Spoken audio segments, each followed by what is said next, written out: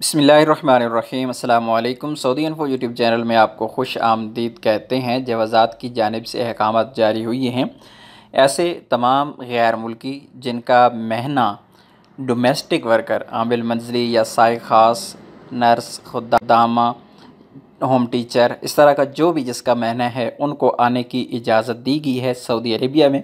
इसकी कुछ शराइत व ज़वाबित हैं और इसके अलावा ऐसी फ़ैमिलीज़ जिनकी जिस तरह पहले भी हम आप लोगों से डिस्कस कर चुके हैं, एक हफ़्ता तकरीबन पहले ये ख़बर आ चुकी है, जिसमें कहा गया था कि अगर कोई ऐसा सऊदी शहरी है जिसने किसी गैर मुल्की औरत से शादी कर रखी है, ऐसी औरत और उसके बच्चों को भी आने की इजाज़त दी गई है। इसके अलावा डोमेस्टिक वर्कर्स को आने की इजाज़त सऊदी अरेबिया में दी गई है। मज़ीद इसमें जो डिटेल बताई गई है, कहा गया है कफ़ील से कि वो अपने वर्कर को कैसे बुलाए। यहाँ पे अबशर का तरीका भी बता दिया गया है। यहाँ पे मुख्तलिफ़ स्टेप्स बताए गए हैं कि उसे सबसे पहले दुखूल अल मनसा अबशर में जाना है, उसके बाद जो खिदमाती में जाना है, उसके बाद खिदमातुल आमा, उसके बाद अर्रसाइल वल तलिबात और अलजवज़ात तलब क़ुदूम अलमुराफ़िकीन इख्तियार अहद मनाफिज़ अलक़ुदूम। ये तमाम स्टेप्स बताए गए हैं यहाँ पर कि इस स्टेप को फॉलो करते हुए आपका कफ़ील आपकी ऑनलाइन रिक्वेस्ट सेंड करेगा जवाज़ात को, और जवाज़ात आपको परमिशन देगा। उसके बाद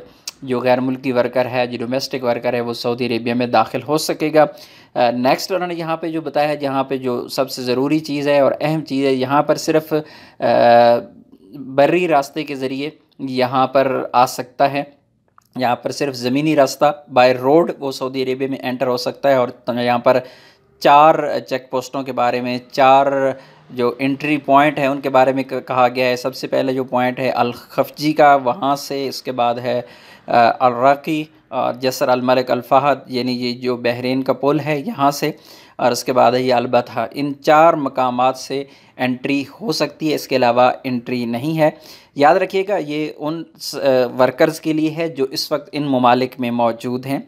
इससे पहले जब कोरोना आया था तो तमाम गैर सऊदी शहरी जो अपने वर्कर्स के हमरा, जो अपने आमिल मंजली के साथ या उनके पास खुद्दामा थी या फिर उनके पास हाउस ड्राइवर था, उसके साथ दूसरे ममालिक में गए हुए थे, चाहे वो दुबई में मौजूद थे, चाहे वो बहरीन में थे, चाहे वो कुवैत में थे, किसी भी और मुल्क में वो मौजूद थे।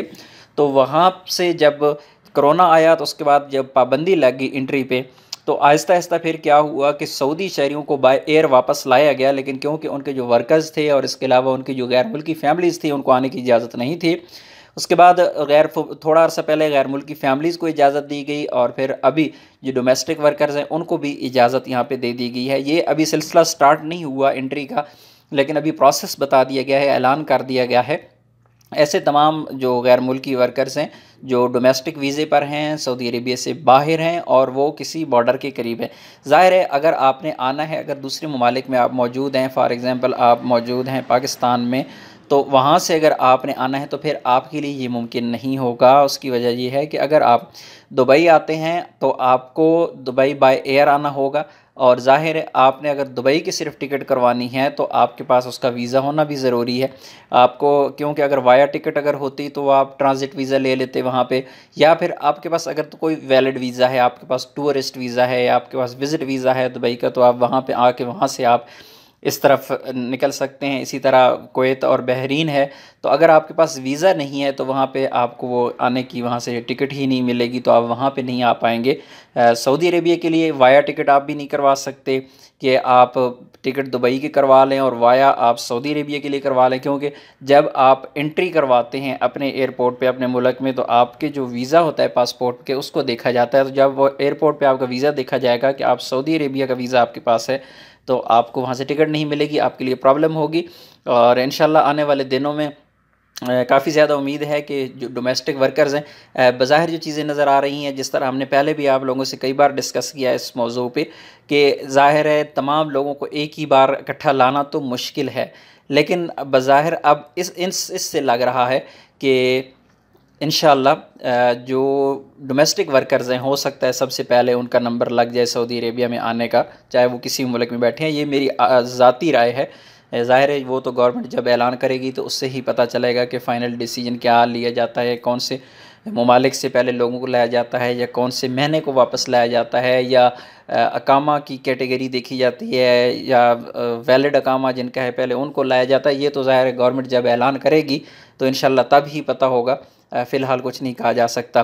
बहरहाल आप लोगों के सवाल फिर इंटरनेशनल फ़्लाइट्स के हवाले से इसी वीडियो में ज़रूर आएगा, कमेंट करेंगे। इंटरनेशनल फ़्लाइट्स के अभी तक बाज़ाब्ता तौर पर कोई भी ऐलान नहीं हुआ और तवक्कुआत काफ़ी ज़्यादा हैं कि इंशाल्लाह सितंबर में अगस्त के एंड पे बहुत ज़्यादा तवक्कुआत थी, लेकिन अगस्त ज़ाहिर है ख़त्म होने जा रहा है और सितंबर में भी काफ़ी उम्मीदें हैं, लेकिन फ़ाइनल डिसीजन ज़ाहिर है गवर्नमेंट ने ही लेना है और उनके जो कोऑर्डिनेशन है मिनिस्ट्री ऑफ हेल्थ के साथ, उनके साथ तब ही कोई डिसीजन सामने आएगा। तो इंशाल्लाह आप लोगों के साथ वो बात भी शेयर करेंगे जो ही कोई इस किस्म की कोई भी खबर आएगी। तो उम्मीद है आज की इन्फॉर्मेशन आपको अच्छी लगी होगी, वीडियो को लाइक कीजिएगा। यहाँ पर एक चीज़ आप लोगों को एंड पे जो बताना मुझे याद नहीं रहा, जहाँ पे एंड पे कहा गया लिलमुराफ़िकीन गैर सऊदीन इख्तियार शहादा फ़ास PCR, जो गैर सऊदी हैं, ये डोमेस्टिक वर्कर हैं, ये सऊदी शहरियों के लिए नहीं है, जो गैर सऊदी हैं उनके लिए PCR जो कोरोना का टेस्ट है वो भी लाजमी करार दिया गया है और उसको 48 घंटे से ज़्यादा पुराना नहीं होना चाहिए। आपका टेस्ट 48 घंटे से पहले हुआ हो और 48 घंटे के अंदर अंदर आपने सऊदी अरेबिया में एंटर होना है। तो उम्मीद है आज की इन्फॉर्मेशन आपको अच्छी लगी होगी, वीडियो को लाइक कीजिएगा। मिलते हैं एक और नई वीडियो के साथ, तब तक के लिए इजाज़त दीजिए, अल्लाह हाफिज़।